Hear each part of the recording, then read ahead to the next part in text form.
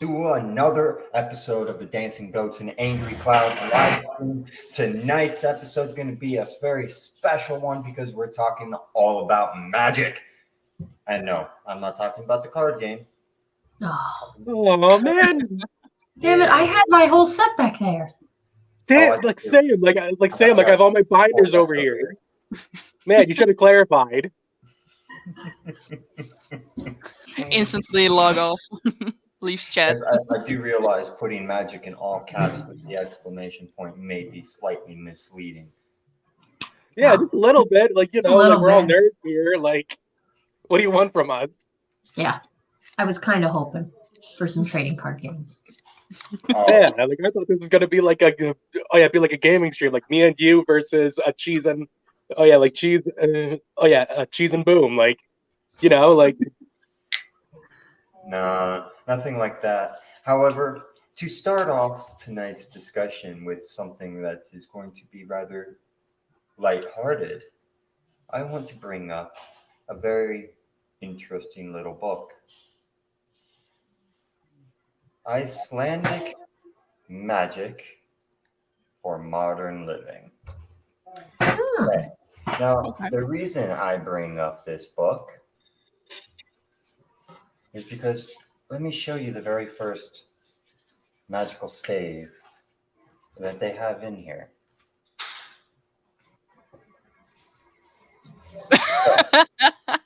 Okay. I don't know if you guys can read that. Is that some kind of Wi-Fi stave?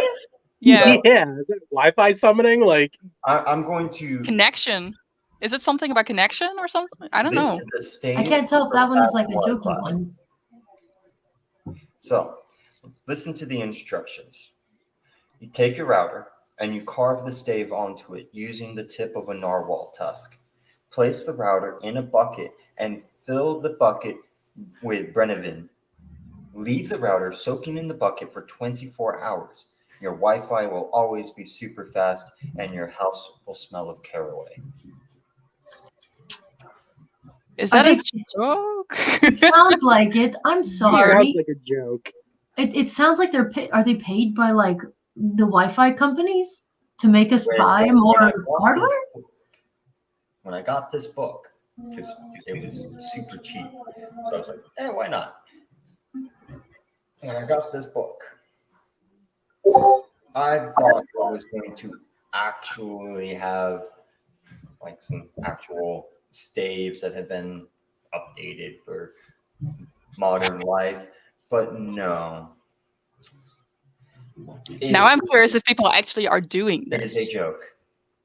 Especially ones like this, okay? Oh, fucking A. What the shit is that? This is the stave for having the mightiest eyebrows. Oh, fuck, I just spit my lip again. Fuck. Did Kim Kardashian become become a Norse pagan? Oh, fuck. This is her secret. Yeah, I think this is her secret. Fuck, now we know why she's actually a divorcing favorite is this one right here. Now, what the fuck is that? This is a stave to quiet a troublesome child.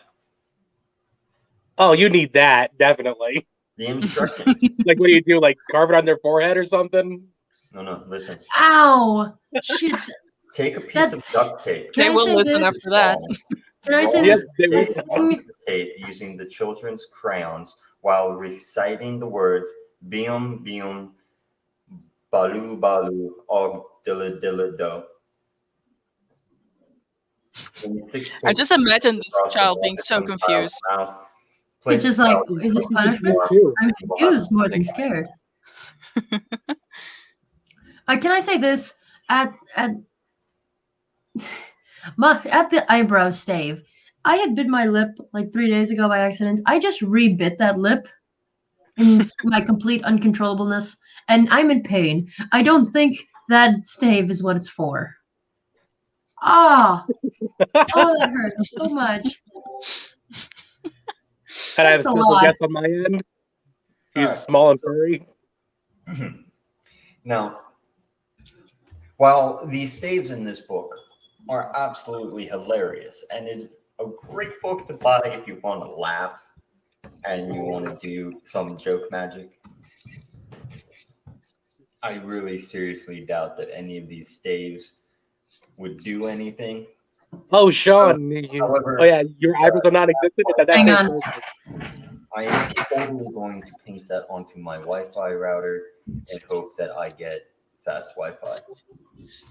Me neither. Yeah, I would do this one, just not put it in the bucket. Oh. All right, we seem to have lost Cheese, and we have temporarily lost Scald. Oh, there he is. He's back. They're heading to the router right now. No, I fucked up. I hit the wrong button. Now to do a complete 180 on the conversation, we're going to go from a book of joke magic to one of more serious conversation.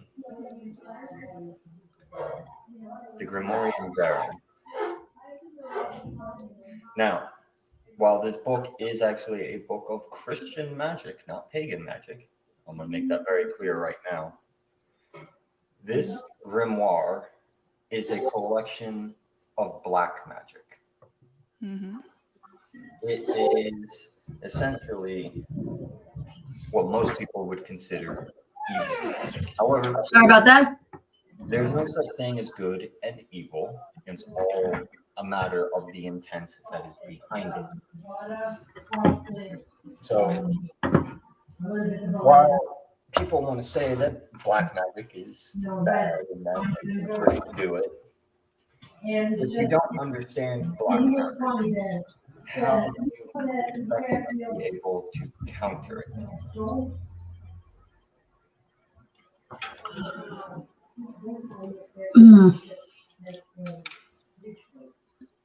So I may have missed some slight context since I had to run downstairs and smell the delicious meal my mother is making, and that matters a lot.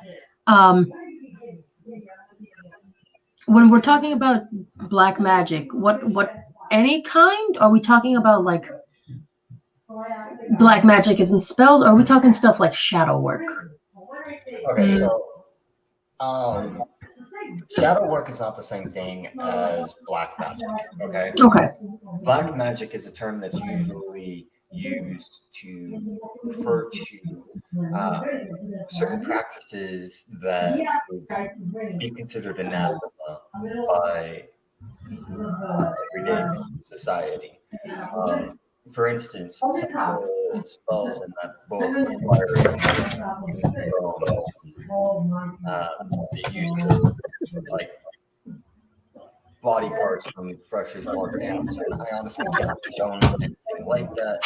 But that book is a great way to see how back in medieval times viewed magic and how they believed that it worked. So while it's a good reference, it is not actually something that I can condone people using. But the point I'm getting at with bringing up the Grimorian Baron is that the idea of black magic and white magic is entirely a creation of our societies. The whole idea of good magic versus evil magic is not fabricated. It's something that was come up with by ourselves. Magic is not inherently good, nor is it inherently evil. It is not white, it is not black. It's all about the way that you use it and the intent that you are putting behind the magic that you are using. Yeah, like some of the stuff in that is just way out there. Like, kooky, crazy stuff. And like in modern day practice of magic, you don't need to concern yourself with creating a potion using the tails of a cat and the eyes of a newt. Okay, that's not how it works. don't make your house stink by cooking up random nasty body parts of animals. That's just no. But continuing on, the whole idea of black versus white magic, like I said, is a creation that came from society and from the way that the pagan and Christian cultures merged and influenced each other over time. So, while this book is, like I said, technically a book of Christian magic and not good magic, it is a way to see how the influences of pagan magic influenced the evolution of Christian magic.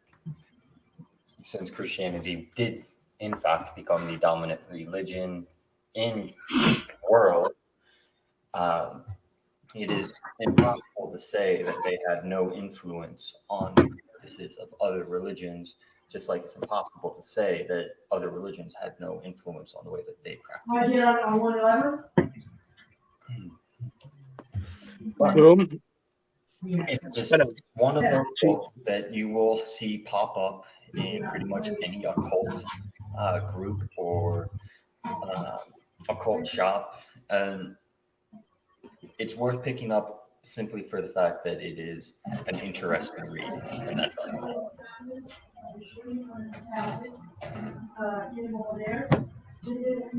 Somebody else want to take up the conversation? Sorry, Yeah. I'm trouble hearing was that. waiting. Someone has very strong background noise, so I'm actually really concentrated. Yeah, I I was heard like, all that background noise too. I couldn't fully hear all your words, so I don't even know the title of the book you said to check out. I was just like, I can, if I focus hard enough, I can understand. Oh, and Cheese, like seriously, like you held such a straight face when your cat was just going across your face. I'm very used to it. You can't stop him. Yeah. But like responding to the magic, because I heard the majority. Like Yeah. I have also like a lot of books who tell like rituals and how to practice magic, black and white. I don't necessarily prefer black. To me, black magic is doing something without someone's consent and also with an intent to hurt someone. So I just don't try to touch on that, but there are different definitions of black magic. But with rituals and such, when a book tells you what to do if it's like a legit book or not, it's about personal intention. Magic is an extension of your own energy. That's why things like tarot, everybody will give you a different reading with the same cards because it's just from your own perspective and how you see those symbols. So with books, I'm also always a little bit held back when I see rituals, because if I don't really feel the ritual or I'm just adding random stuff, it's probably not going to work. So when I think about, let's say, if I want to manifest I want to be more productive, just putting out there in work or whatever, then I'm going to search for things I associate with being productive rather than looking for a book telling me what is associated with being productive according to them. So I'm going to look for smells that give me energy, or going to look for stuff or activity that brings me energy. And that's just manifestation and investment. That's going to work way better for you. But that's, again, a personal journey. So with books, I have like a lot of moon rituals I read about living by the moon. And eventually it just comes down to sitting outside, looking at the moon and just feeling the energy. And based on that, going on. That's what magic is to me, basically. But I always find it interesting to read still the books because I want to see different people's interpretations. I'm curious, but it's just a matter of just reading it and taking what you want to take and let go what you don't want to. So personally, I find magic as one's conscious effort to have an effect on the chaotic nature of the world around them in order to achieve a desired effect. So essentially, everything that you do with your spell work, with whatever magic you are doing, is your conscious will attempting to shape the universe. It's not like you're gonna cast a spell and see some fancy light show and make Yeah, a this isn't Harry Potter. appear out of nothing. This is not Harry Potter. It's not Harry Potter. It's not the way magic works. Magic for pagans is not really any different than it is just another way in which we are trying to connect with the divine and try to have some sort of control over our circumstances. Yeah, it's also like what I see a lot is that miracle seeking.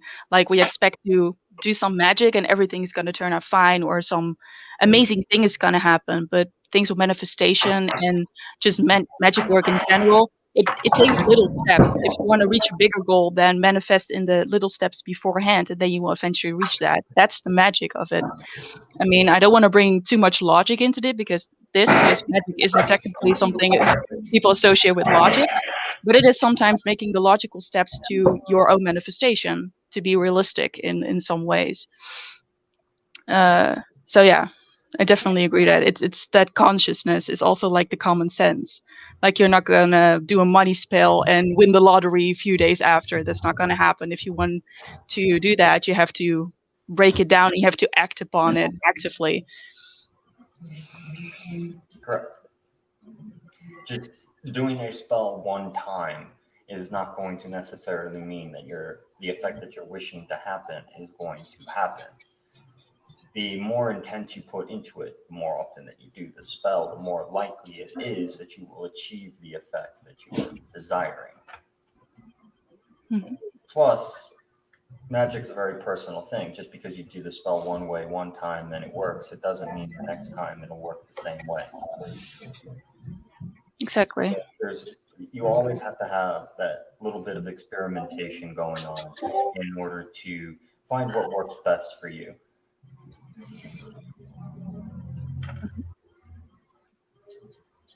Yeah, I feel that a lot, especially with divination work, like tarot, runes, dowsing rods, anything to do with reading. Um, sometimes people actually introduce themselves to a deck or to a set of runes as it's like its own entity.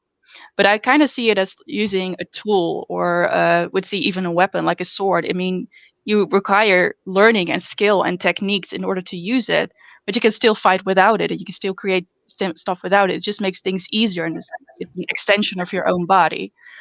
So with a lot of cards and things, I just imagine go for it. Exactly. All right, so for me, I find the easiest little bit of magic for somebody to get into is essentially divination work, working with tarot. Yeah. And I am specifically not saying the runes, because runes are a lot more powerful. There's more power and magic behind the runes than there is behind tarot. Yeah. Tarot is Runes, runes are open. Yeah. Than just using a tarot deck. Now, my tarot deck is here, the Druidcraft Tarot. I love this deck. I've had it for years. This one itself is actually a new copy that I just got recently, like a few days ago, kind of thing. But it's one that I started using originally when I was in high school, and I had that deck for like a decade, and then it just poof and disappeared, and I never saw it again.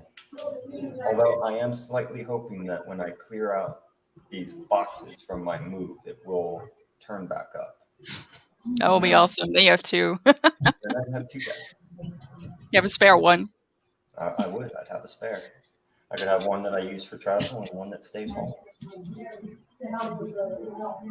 I actually have like twice and I think it's the most common set. It's like the rider set, which you see practically popping up everywhere. And I've actually have two decks, one very old one and a new one.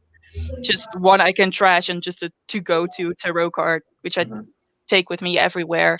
And then the one I just take care of them because they're prettier.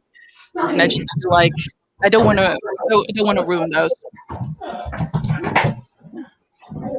Yeah, with tarot, I feel tarot is for divination work also like the best way to start, because tarot is also in a way fixed, that have a lot of symbols in them you can learn, and you can teach yourself to interpret it, to get used to that symbolism.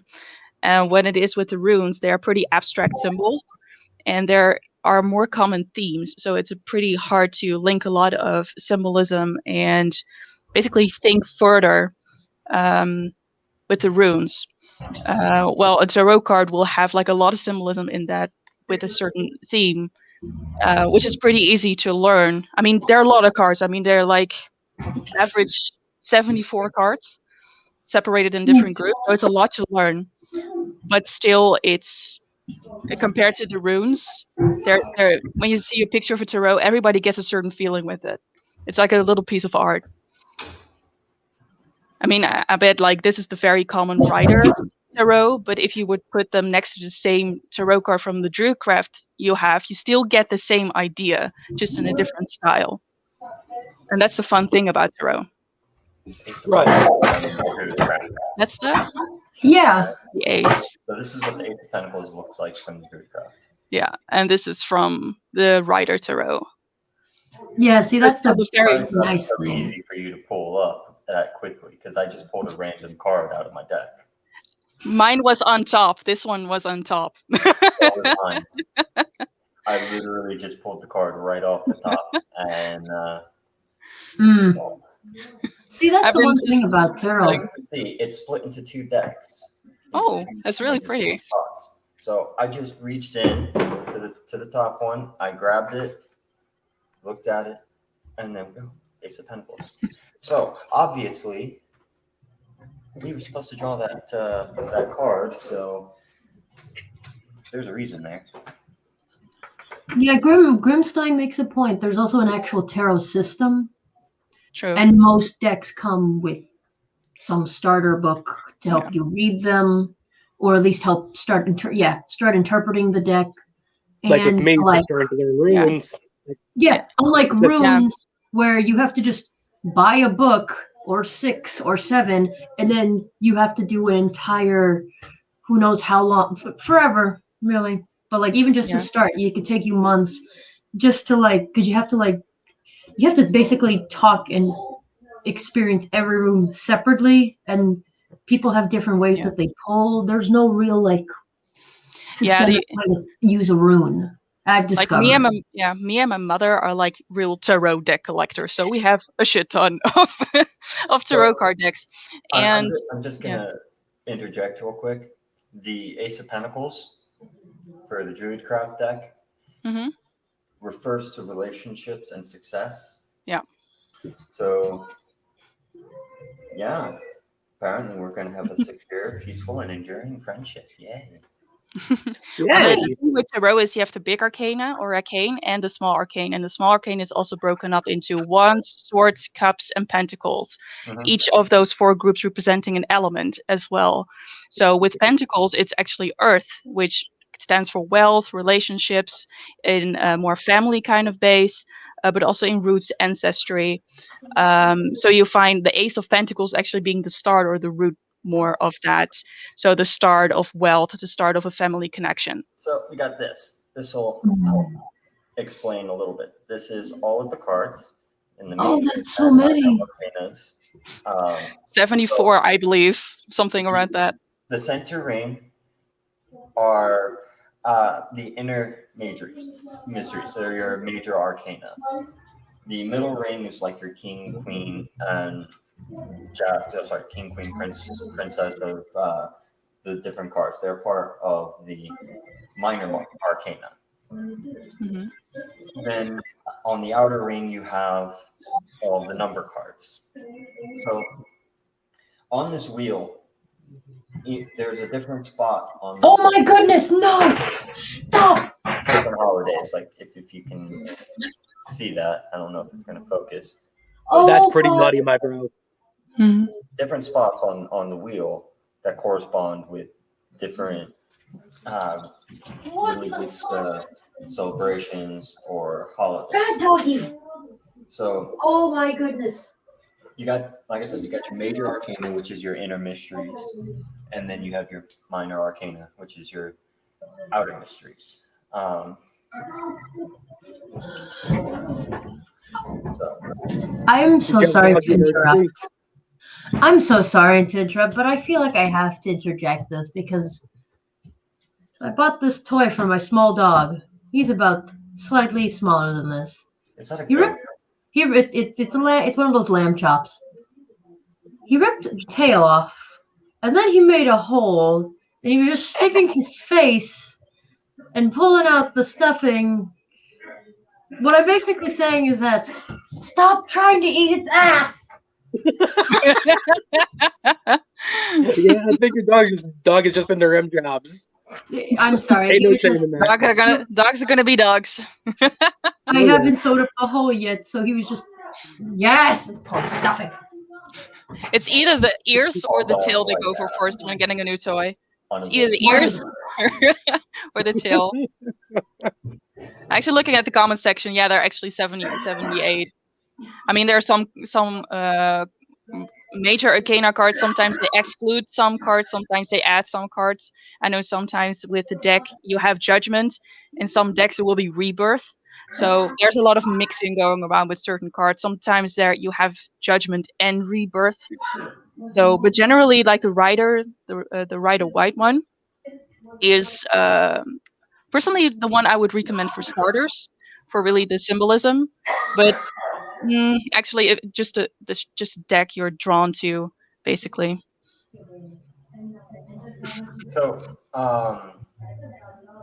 Gramsci just asked if we know about Hermes. And from what I know about Hermes, because I haven't really done a whole lot of study into Hellenism, Hermes was equated to being the same as Odin by, I believe it was Tacitus. And both Hermes and Odin are gods of magic and inner, deeper mysteries. That's pretty much all I know about Hermes. From me coming from my Greek philosophy classes, Hermes indeed is like compared to Odin, but he's the messenger of the gods. Both from the Egyptian. Sorry. Yeah, geez, that's a lot of background noise. Yeah. No,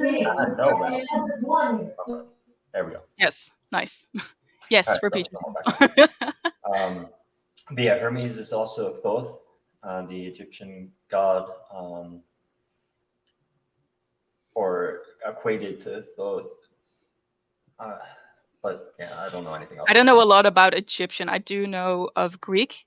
Hermes was actually the messenger god, so he is the one to travel everywhere he went, often also leading people to the underworld, even next to Thanatos, and basically getting them over to Cameron.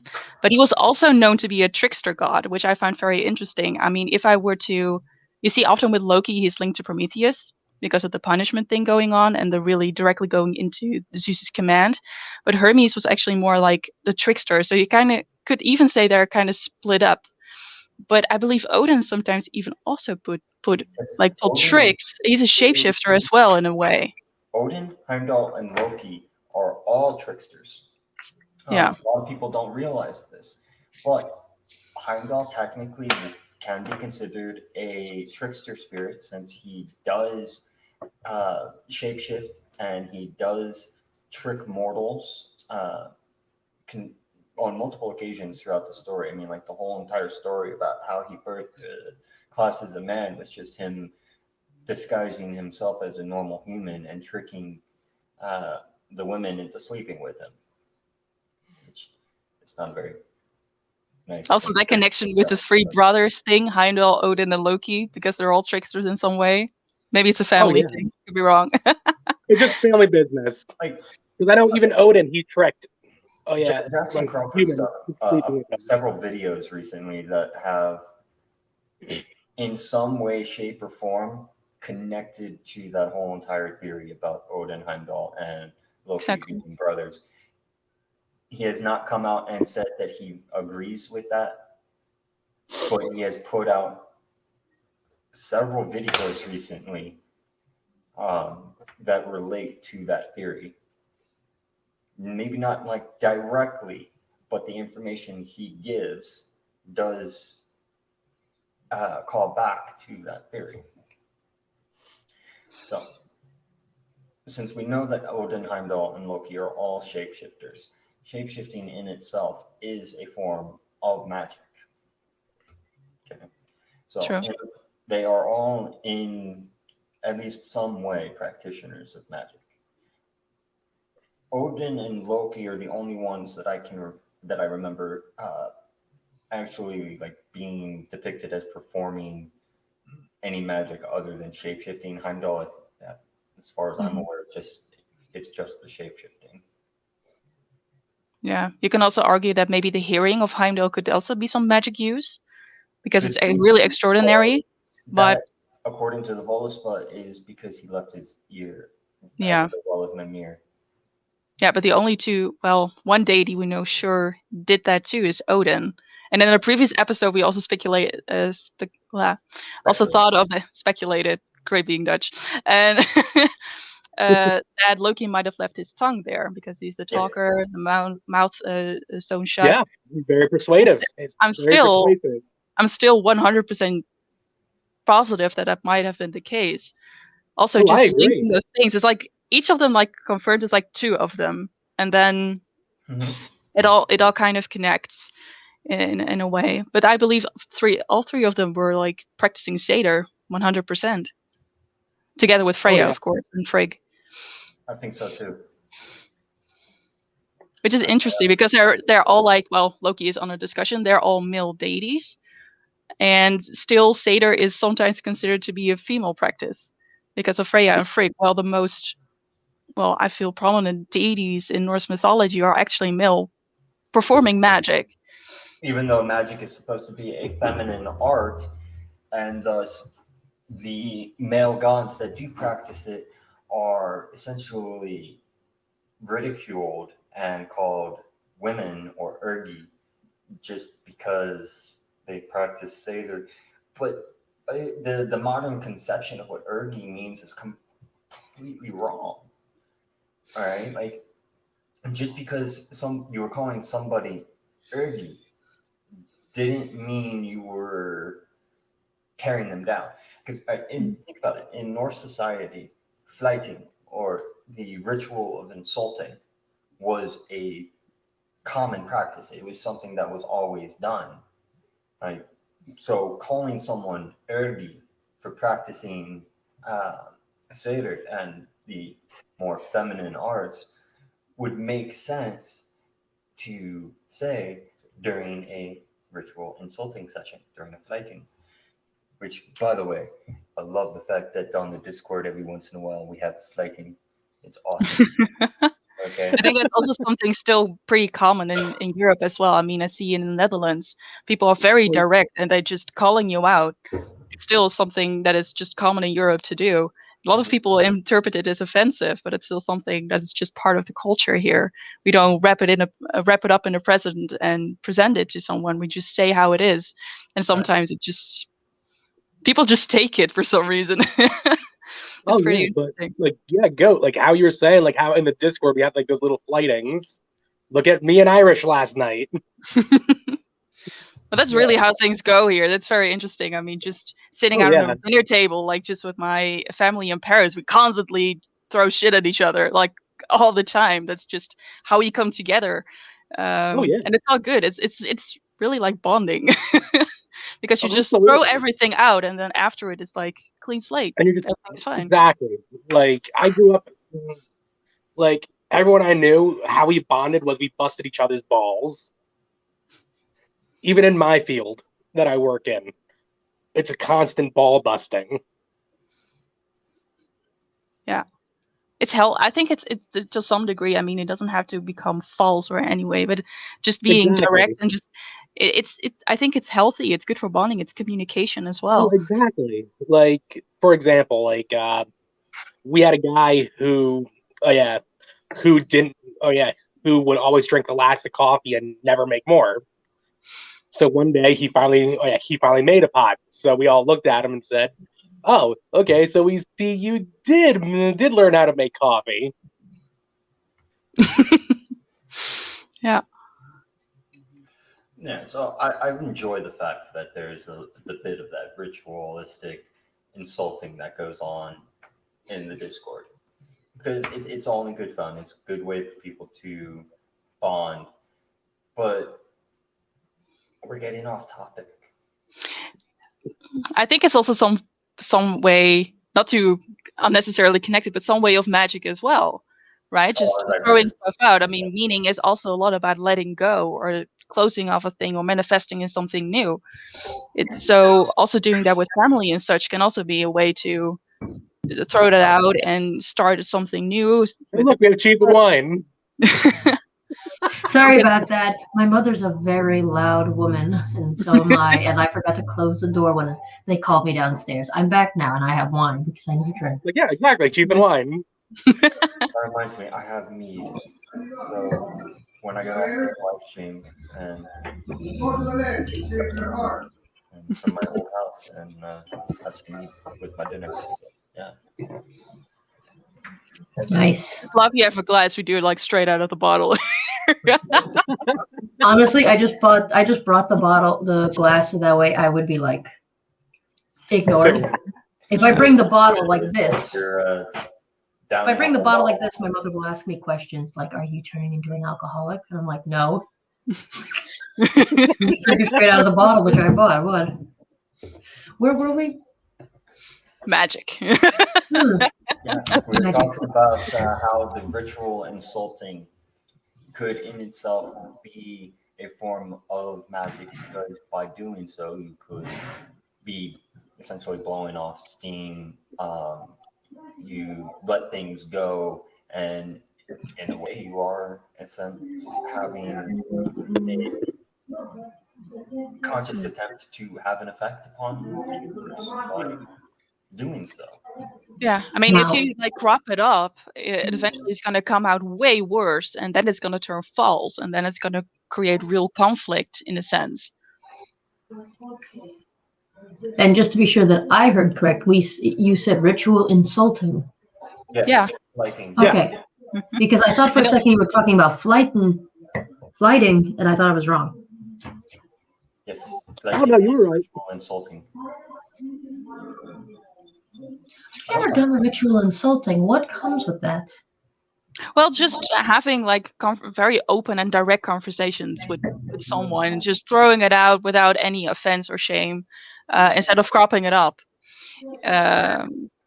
Something that happens to me a lot in my family, but that's just a common thing. Everybody does it together. And I think way more families, I think almost every family does it. But the moment it's like not talked about, or just everybody is silent about certain things, it will crop up. And eventually it will come out way worse. And then you have this waterfall of things you throw at someone, and then it's going to go bad. So I feel like with a family, or just people you're close with in general, doesn't have to be family, it's very healthy. I mean, you often hear when people get comfortable with someone, they start doing trickery, they start insulting someone a little bit because I like you, I enjoy your company, so I'm going to be a little bit mean towards you because I feel comfortable in that way. Yeah, me and my friends do that quite often. We're very comfortable with each other, and sometimes a little too comfortable. Sometimes those insults actually hurt. Just a little. I also had that with my partner, like my friends are hearing, they're like, what are you saying? She can clear a room faster than Gouda.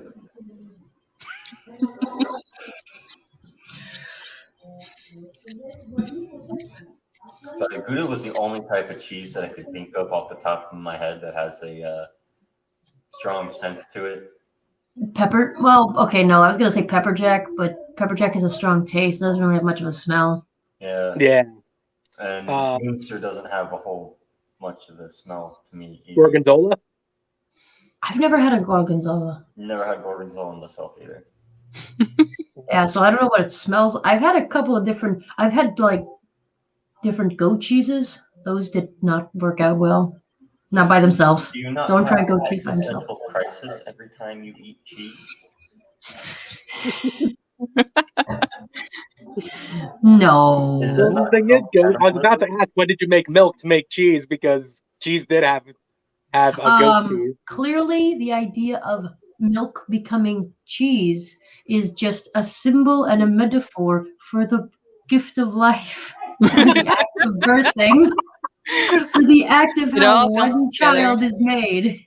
No, don't That keep going down that train of thought, because then you're going to get to where does the milk come from, and the milk comes from a goat. Okay. Oh, Yeah. that's Good point. that's the twist. Watch that be the twist. Cheese is actually Goat's daughter. Oh God. Watch me. Conspiracy. We're Watch entering the me ask. conspiracy side of YouTube right now.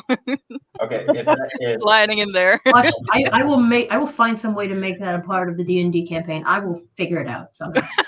I'll figure it out with you, cheese. I got you. that's going to have a hell of a twist to something that I was planning. Oh God. And you're going to affect Boom in the process. Oh, Boom is no. mother. Wait, what are you doing? This is going to I'm be current- interesting. My character is currently in hell, literally. Yeah. With Yeah, hell the in thing hell. is, though, Cheese is Boom currently was your have. mom because she was teaching you how to read and write. Yeah, Cheese had a complete panic attack. When I first came back, and I had to make her realize that you were gone. Not a happy Yeah, Cheese. Like it actually tore my heartstrings. Oh. Yeah. No one will teach Cheese how to read and write and count now. Oh, right. Oh. There's nobody. Mama Boom is gone.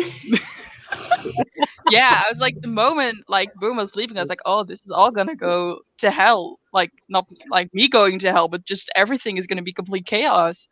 Yes. Literally, because Almost like Loki common came up sense. and because literally Loki came down and inhabited a giant flaming spider and just started attacking. That's how chaotic shit got after you vanished. Why did you leave Oh us? yeah, because like right after you vanished, like I got high again and started calling goat daddy and Yeah. But that's the thing. I mean, Hel is Loki's daughter, so that could be a connection there. Maybe there's a deal going on. We don't know. Shit. Because Yeah, the maybe. DM is not here. Sorry. So we can just and goat being a Lokian. Oh. Yep, Cheese, we found your parents. That's actually one thing I was looking up just to try and pull the ropes back to sort of what we were talking about at the start of the stream. I don't know. Like, I don't know much about rituals. I have like a tiny experience with rituals, you know? The most that I've done were for Freya, and they're very specific personal rituals, right? Mhm. I did one ritual to Loki, and he hasn't left. It's been That's the 2 thing. weeks. He hasn't left. That's the thing about Loki, is he just works like Beetlejuice. If you think about him too much, if you say his name 3 times, he's gonna pop up and he's not gonna leave. Yeah, and it doesn't help that like afterwards I was like, maybe this has something to do with some stuff that happened before in another ritual I did.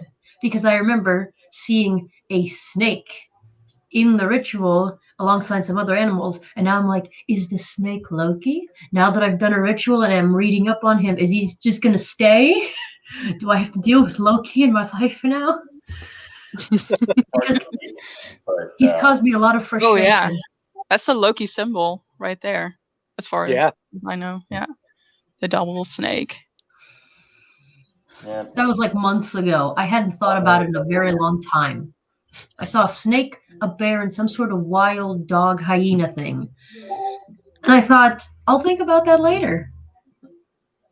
And now I'm thinking about it, and it's later. And I'm scared. Because because Loki's bringing me great frustration, and I need to know how long he's going to be here. He's gonna. It's a process. It's a way of teaching. Yeah, usually when he He'll gets come out bored, stronger. he'll leave. Usually when he gets bored, he'll probably like leave. That's the thing. If you like start working with Loki, your second name is gonna become Clumsy. I drop stuff. I break stuff. It's just. I'm not Loki even surprised anymore. I think Loki prefers not to see me be clumsy. He prefers to see me be angry because I have very good reactions. Because I don't think I've gotten so frustrated in the last like month than I have in most of since I was like a teenager. I have dealt with so many. That's why I'm drinking wine, because it was a frustrating day, and I dealt with so much bullshit that I know. I can tell. But I just just know. bring it like back to the subject. Just drinking wine to relieve some stress can also be a small personal ritual. Even making your morning coffee. Pick a But just number. like for 5. 5. There we go. That's my lucky number. Oh, 13. Pick the number. What? 13 is my lucky number. The real rebel. No, it always has been. Always. I once found a $20 bill when I was a child in like Sunday school on Friday the 13th. Oh, that's I Another always great. have time, like Saturday the 14th is normally like my unlucky day. The day And then- after Friday the 13th. and then another Friday the 13th, I came home from school. I found a shit ton of Pokemon cards just littering the street, most of which were still in pretty decent condition, which I picked up and took home. And then another day, I watched literally on Friday the 13th, I watched like literally $3,000 worth of student debt literally vanish before my eyes.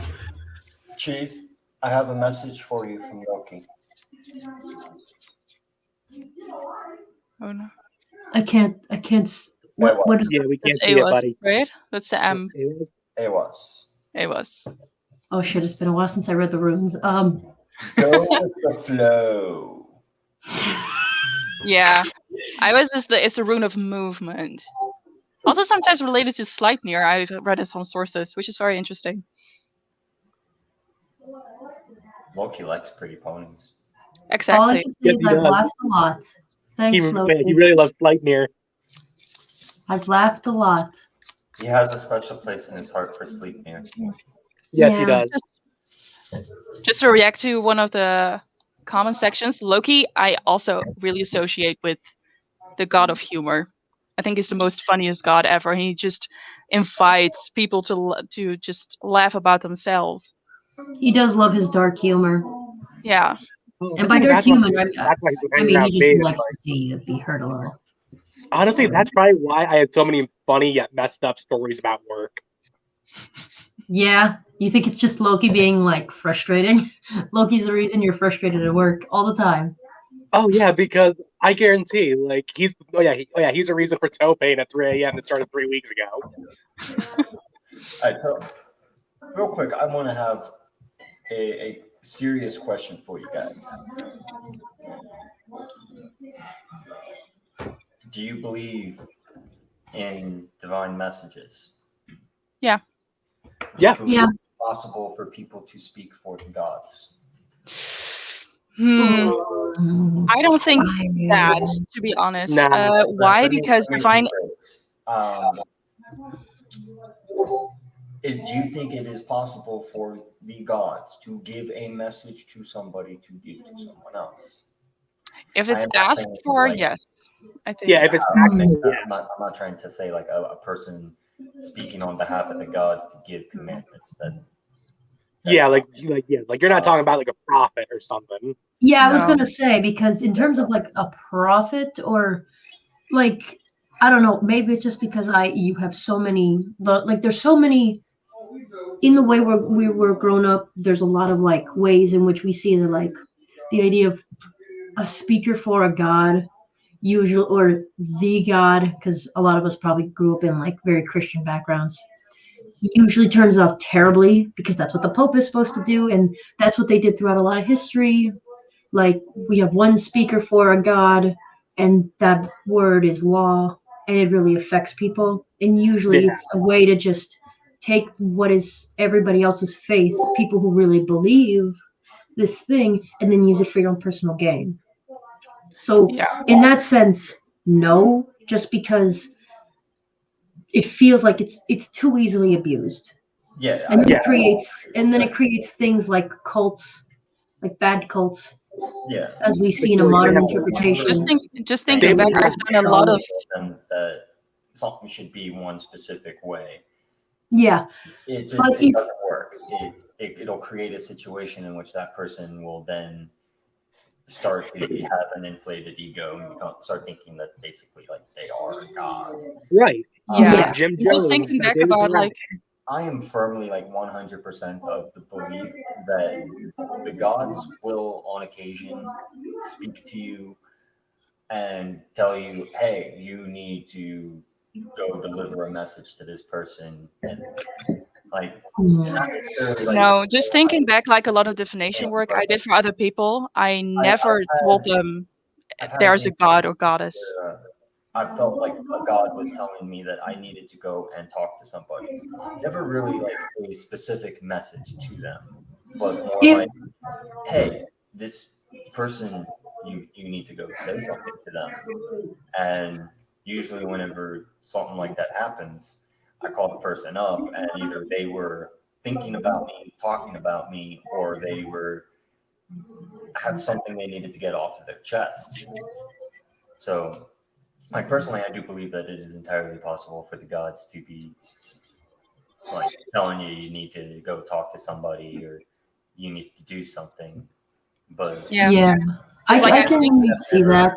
I've never experienced a god telling me to give like a word for word message to anybody. no, and just like I haven't referring either. back to how I see magic, it's still an expansion of your own energy, and same are the gods. It's like an external source coming through you, but it's still your energy they're connecting to and not someone else's. And then diving into or hopping to divination work is never reaching out to a god and just speaking to the person in front of you. It's mostly you read the person's energy in front of you just because you're connected to that person, and that person has to decide for themselves what kind of stereotype or archetype and what kind of gods or pantheon connects to them the most, because they might associate different gods or spirits with different symbolism than you probably would. So you can give them personal advice based on their own energy because you're reading them, but you're not reading the gods to deliver message to the energy in front of you. That's just simply not how it works. But they can help you with divination to extend your own energy to pick up certain signals or certain symbols to help you interpretate the person in front of you, but they're not actively speaking about that person. They're helping you instead of them. It's up to you to help the other person. Like for instance, when I told Chase to pick a number and I drew the rune, that was because the little corner of my mind that I've always associated with Loki speaking to me told me I needed to pull a rune. And it I'll be right back. happened like right when Cheese was talking about Loki, so it's like, okay, I'll do it. I don't know what it's for, but we'll figure it out. She's out. Yep, she's I think out. she closed the door this time, though. Yeah, I think so too. So, all right. Well, we're getting close to the 1 hour mark, so we're going to probably wrap this up here shortly. Now, when to finish up what I wanted to touch on, the whole idea of speaking with gods or God speaking through you or to you, is the idea that some people like to think that the gods will always talk to you and always be there to speak to you. And then there's people that believe that that they're not worthy spoken to by the gods because they haven't been in the faith for decades and decades and become a sage essentially. So I find that, like, for myself personally, I believe that the gods will talk to you, but only when they feel like it. Yeah. Yeah, I think it's also like when you're open for certain certain signs. Because if you're not in balance or not open or you're struggling with something, they might reach out to you. But if you have nothing going on and you're just doing your life, I mean, Loki might pop into just Loki will being probably pop chaotic, into you but just because. I mean, your day, your whole day or your week is not 100% chaos and humor. It has a delicate balance, and that goes for all the things the gods stand for. And some lives of certain people have more common themes in them, connecting to certain gods and deities, so they will have it more frequent, but yet it's not always there. I mean, you have like Thor being strength and family, for instance. I mean, that's the most common association I hear with him. But you're constantly being strong, you're not constantly around your family to do stuff. You also have your own life, you have work, you have your own health. You're not doing that 24/7. And if it's in balance and everything is fine, then it's simply not going to pop up, or Mhm. something else is going to. So it's, yeah, you're not doing something always 100% of your time. And so are sometimes, sorry, and sometimes those like those instances of a god speaking through you, because that's really what's happening. They usually pop up in times where you think everything's fine, and you're not expecting it. Like, as an example, and this was one of those things that really surprised me. It was like months and months ago. My girlfriend had told me about this dream she had had in which a god, not the Christian God, because she is like Christian, but like some god that she could not name, which she described in pretty good detail, told her to save someone's life without any kind of name or explanation. Just, hi, I am a god. I need to tell you to save someone's life. And then pops out. Like, I'm still trying to figure out exactly what that means. She told me that. And I could tell it was someone speaking through her, but I don't know for who. Well, It's still my feeling says it's relating to herself, if because so, dreams are always, most of the time, your own symbolism, your own way of processing things. And if someone in your dreams has save a life, most of the time it's yours. But I because can't say for sure. I mean, I haven't read the energy, I don't know this person, but most of the time it's probably going to be about herself. I couldn't like, obviously, because I had done I had just started with the faith, so I was so new. I didn't know anything. I still don't know anything, but I knew less than anything. So I had assumed that maybe it was explained because she wanted to be a doctor. I assumed maybe it was trying to tell her to just keep going, but it's been like 7 months. It's like a message that is still so cryptic, and it wasn't happening during any specific extremely important time of her life yet. Like, there was nothing crazy happening, nothing like life defining, and it just popped up out of nowhere. Mm-hmm. Like, the only person who was really trying to get some sort of like, and slightly forcing, like I was trying to make it happen and it wasn't, I was getting frustrated, was me. I was trying to get some kind of dream like symbolism in my dreams from the gods or from something, and I was getting nothing. And instead, she gets it. And I thought, that's weird, because it wasn't like she didn't describe it as the god, the Christian god. She described it as a god. And at first, I actually thought it was Freyr, because what you described was this very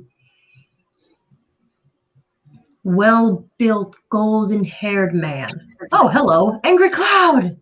oh, The Angry last 2 Cloud! minutes. Right at the end. So Right at the end, you caught it. Right as I was talking about a specific Angry Cloud. Angry Cloud really does come in when he's called them, as I Elder heard I was Feldman approved. I accidentally imbued Elder Feldman with enough power to show up. I am sorry. It was an accident. all right. So real quick, Kiwi just asked in the comments what the difference between Sather and mainstream modern witchcraft is. So now, modern day witchcraft is based primarily upon Wicca. Okay, it is, and Wicca is a modern creation. It pulls bits and pieces from many different sources, from various different practices and faiths.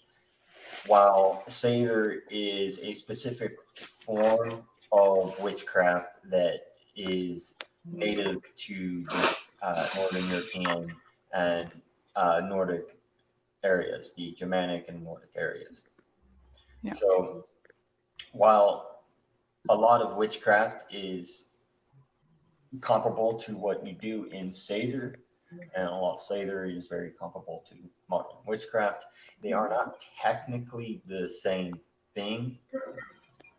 Because if you're practicing Seder, it's strictly practices that are coming from Germanic and Nordic sources.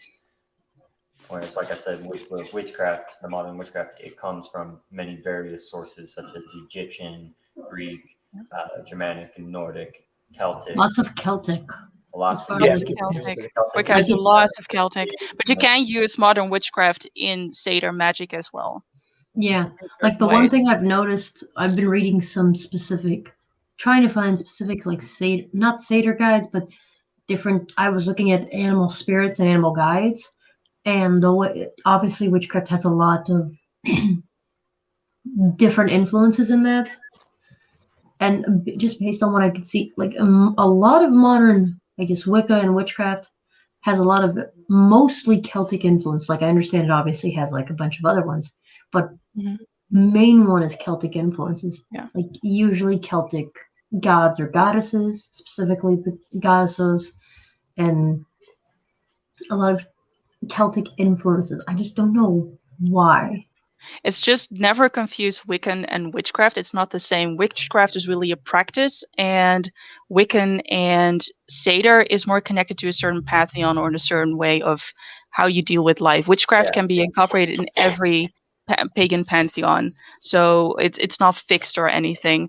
But Wiccans mostly have more witchcraft going on, but you don't have to practice witchcraft if you're Wiccan or anything. Witchcraft is just basically actively manifesting through rituals, which can be just with your mind, but also with herbs or candle work, basically anything that you can incorporate in a ritual. But just some people even argue that, and I believe that just taking a shower because you had a long day and it relaxes you, it's witchcraft in some way because you're Definitely actively a cleansing ritual. yourself.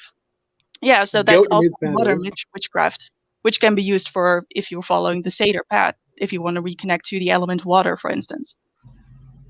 No, I'm not going to deny that is definitely. I definitely use showers as a ritual, like not just for calming, but for venting. Like it is a cleansing ritual that can be done at any time. I take a lot of showers just because it's the most calming, cleansing thing I can think of.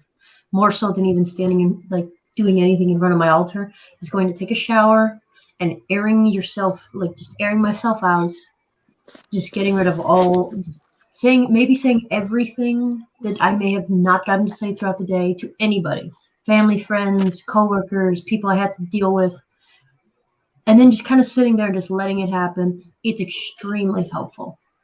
I recommend that. It's just take a shower, nice hot shower, and let yourself go. Bring all your barriers down. It's one of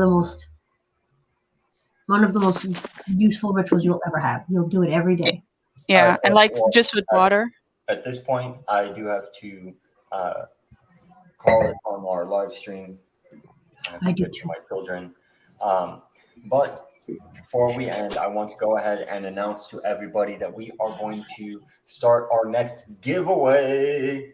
Woo! Yeah. New giveaways for the This viewers. time, everybody, we are giving away a copy of A Practical Heathen's Guide to Ostrich by Patricia LaFile.